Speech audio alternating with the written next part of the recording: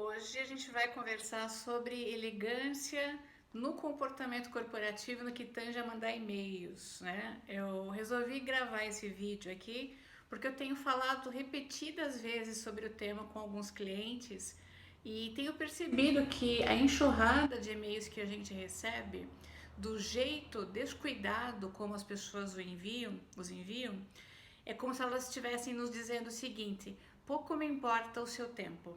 Eu não estou preocupado se eu estou te invadindo ou não. Então, para a gente evitar esse tipo de problema, é que eu quero comentar algumas coisas que eu considero bastante importantes nos e-mails. Então, se você quiser pegar uma caneta e um papel e anotar, são alguns pequenos pontos, mas eles são bastante relevantes na compreensão de como fazer esses e-mails. Bom, a primeira coisa que eu considero muito importante é o título. A gente precisa entender que as pessoas têm pouco tempo e elas gastam em média quase um quarto do dia delas de trabalho vendo e-mails na caixa de entrada.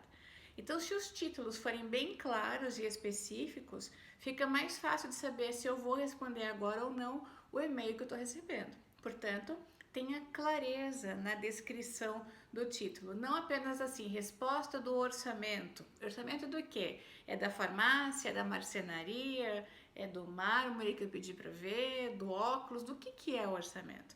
Especifica, se puder, por uma data, o nome, tudo certo, já no corpo do título, isso vai ser bastante importante. Segunda coisa, de forma alguma copie pessoas que não estão envolvidas diretamente naquele e-mail.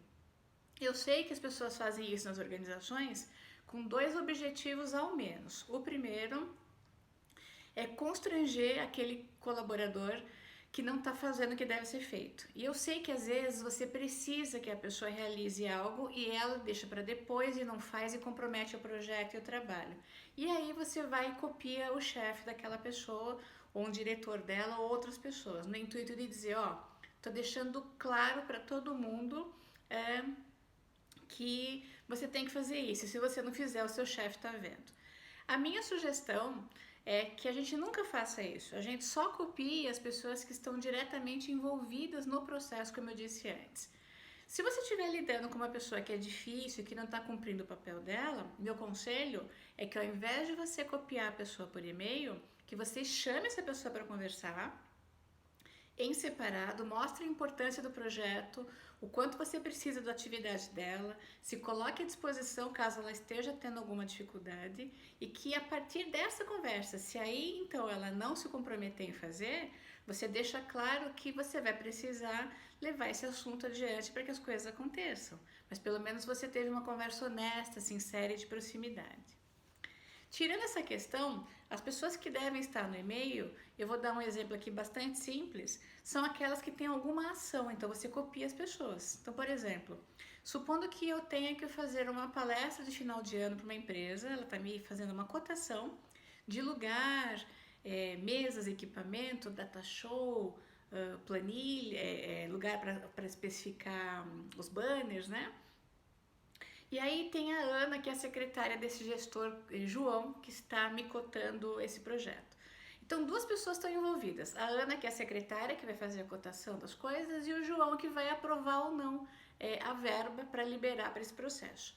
Nesse e-mail, eu deveria estar especificando para a Ana que ela fizesse a cotação, que ela procurasse 3 lugares, que ela visse preço de data show, de mesa, enfim. Eu ia especificar item a item das coisas que eu espero da Ana.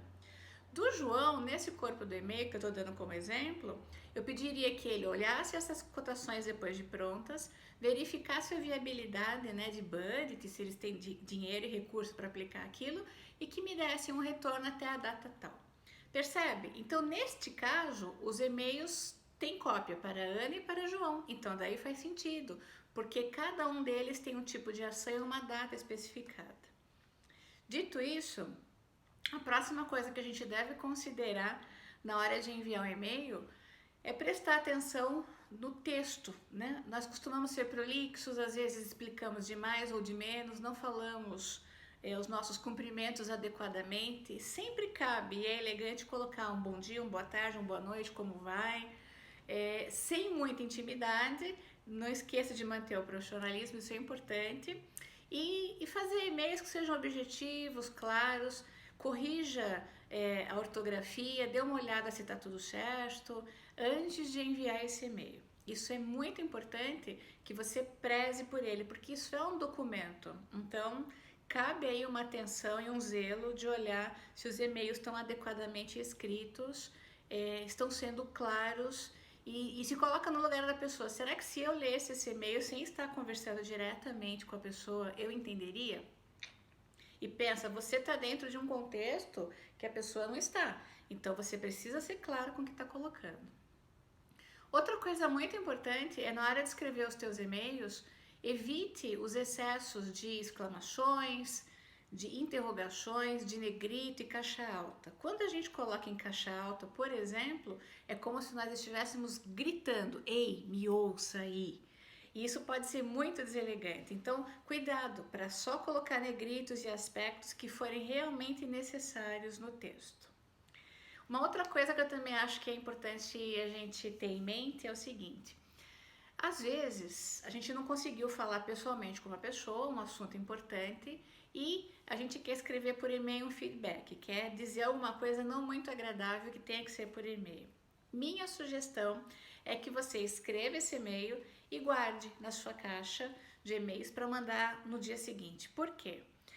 Você já se pacificou um pouco mais, você não vai estar sendo refém das suas próprias emoções e você vai ter a chance de no dia seguinte ter esse distanciamento necessário para olhar se aquele e-mail deve ser enviado daquela forma, escrito daquela maneira. Percebe o quanto isso é importante? Então, faça essa consideração e essa ponderação. Lembre-se sempre que quem está recebendo e-mail interpreta a nossa escrita de uma maneira diferente do que a gente está colocando. Portanto, as interpretações de realidade, elas são absolutamente distintas. Por isso, cuide de colocar menos expressões de emoção, de raiva ou coisas desse tipo, porque esses e-mails sempre são documentos e podem ser lidos por outras pessoas que não aquelas que você gostaria. Então, é muito legal que a gente preste atenção nesse processo.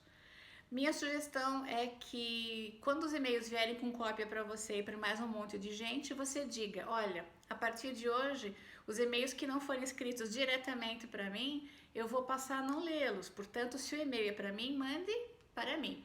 Se você é líder, eu gostaria que você orientasse a sua equipe com isso e que nós começássemos a higienizar essas relações e esse jeito de nos comportar frente ao uso de e-mails e mensagens de WhatsApp também, por que não? Então a gente está ficando muito informal e manda o áudio de qualquer jeito, manda mensagem de qualquer jeito e tá todo mundo não sabendo como lidar com essas questões de etiqueta e de bom senso. Lembre-se que quando eu estou mandando um e-mail, eu estou entrando no teu espaço, então eu preciso pedir licença e precisa fazer sentido a minha abordagem aí. Essa inconveniência de ficar atropelando as pessoas e mandando e-mail sem conhecer. Vira e mexe eu recebo e-mails de pessoas querendo me fornecer coisas, que elas me mandam 2, 3, 4, 5 e-mails. Então, ou porque eu não quis responder, ou porque eu não conheço essas pessoas, e em geral é porque eu não conheço as pessoas, e aí elas continuam insistindo. Então, a gente tem que ter percepção do quanto está sendo inconveniente às vezes. A gente deve abordar uma pessoa diretamente por um viés de ou alguém nos recomendou, ou porque você conhece alguém que aquela pessoa conhece, e aí faz sentido você chegar numa pessoa que é estranha para você por e-mail. Enfim, esse cuidado todo vai ajudar você na construção da sua marca profissional. É muito gostoso a gente conviver com pessoas que têm esse genuíno interesse pelo tempo e pelo outro. E isso aparece também na maneira como a gente se coloca através dos nossos e-mails. Tá bom? Espero que você tenha gostado. Se gostou, deixa um comentário aqui e depois me fala quais têm sido os teus problemas em relação a esse assunto. Um beijo grande para você e até o próximo vídeo. Tchau, tchau.